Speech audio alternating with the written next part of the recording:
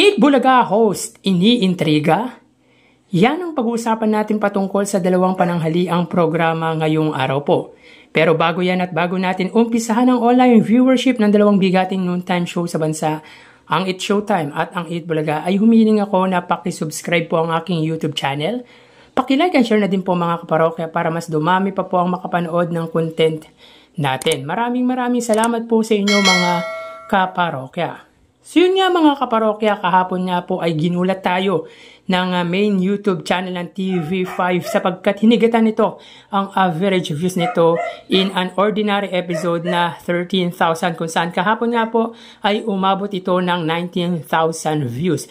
Dumidikit ito sa katapat na main YouTube channel ng GMA during the time ng ating online viewership kung saan 18,000 sa TV5 at 20,000 naman po ang naging views ng GMA Network YouTube channel. Samantala, umabot naman po ng 141,000 views ang main YouTube channel ng Eat Bulaga kahapon at 94,000 naman po sa katapat na programa. So, patuloy ang pagragasa ng views ng Eat Bulaga against sa katapat na programa nito na Eat Showtime. Sa kabilang dako naman po mga kaparokya, tila iniintriga or pinagsasabong ang Eat Bulaga hosts na sina Miles Ocampo at Maine Mendoza. Ayon sa write-ups ng Hola ay hindi daw ba sila bate dahil napapansin nga daw di umano ng mga netizen na hindi sila okay at hindi sila pinagsasama sa mga segment ng nasabing noontime program. Well, I don't believe na magkaaway or meron po silang di pagkakaunawaan.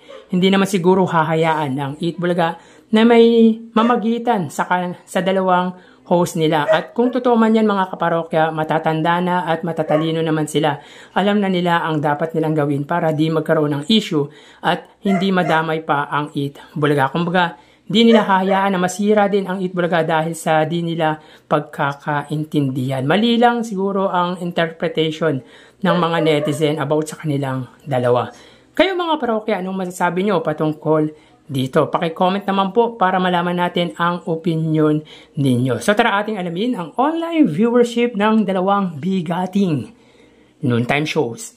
Para sa Eat Bulaga under TVJ Facebook page na may 3.3 million followers at sa Eat Showtime naman po na may 19 million followers. So sa oras na 1:36 PM, ang Eat Showtime po, sila po ay may kasalukuyang segment na weekly finals po ng Escort of Appeals at Breaking News. So hanapin po muna natin ang live ng Eat Showtime. So wait lang po tayo ng sandali mga kaparokya.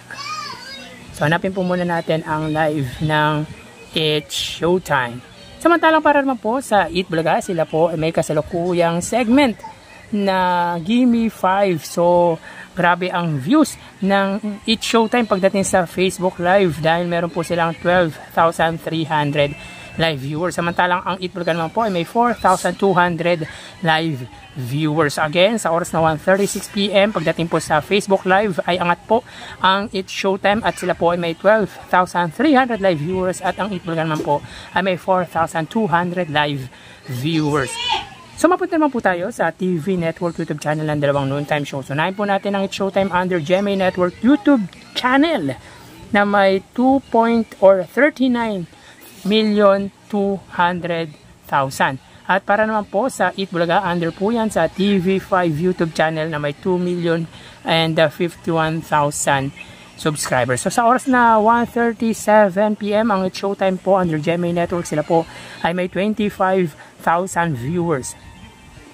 Ang Eat Bulaga naman po under TV5 ay may 15 or 14,000 live viewers. So again mga kaparokya, sa oras na 1:37 PM ang Eat Showtime po, sila po ay may 25,000 viewers at ang Eat Bulaga naman po ay may 14,000 live viewers. So mapunta naman po tayo sa main YouTube channel ng dalawang noontime shows. Unahin po natin ang Eat Showtime mga kaparokya na may kasalukuyang subscribers na 2.64 million. Samantalang para naman po sa Eat Bulaga, under po yan sa Eat Bulaga TVJ YouTube channel na may kasalukuyang subscribers na 1.53 million subscribers. So sa oras na 1:30 PM ang Eat Showtime, sila po ay may 116,000 live viewers. So mataas po ang views ng main YouTube channel ng It's Showtime. Samantalang ang Eat Bulaga naman po, sila ay may 139,000 live viewers. So again, sa oras na 1:38 PM ang It's Showtime po, under sa kanilang main YouTube channel, sila po ay may 116,000 live viewers, at ang Eat Bulaga naman po ay may 139,000 live viewers. So pagdating po sa main YouTube channel ay angat po ang Eat Bulaga, pero ang laki po ng in-improve ng views ng It's Showtime for today's episode. So bali ang total na nakuha ng dalawang noontime show site, mga kaparokya, bali ang total live viewership na nakuha ng dalawang noontime shows para po sa It's Showtime ay 143,000 viewers, at ang Eat Bulaga naman po ay 157,000 live viewers. So pagdating po sa Facebook Live ay angat po dyan ang It's Showtime. Pagdating naman po sa main YouTube channel ay ang GMA Network, and of course pagdating naman po sa main YouTube channel ay ang Eat Bulaga. So dito mga kaparokya ay lamang po or angat po ng 14,000 viewers ang longest running noontime show. So again mga kaparokya, laki po ng in-improve ng views ng It's Showtime for today's episode. So yan po ang lumalabas sa kanilang online viewership as of 1:40 PM. So magpapaalam na po kasi sa inyo mga kaparokya, mag-iingat po tayo palagi. Thank you and God bless.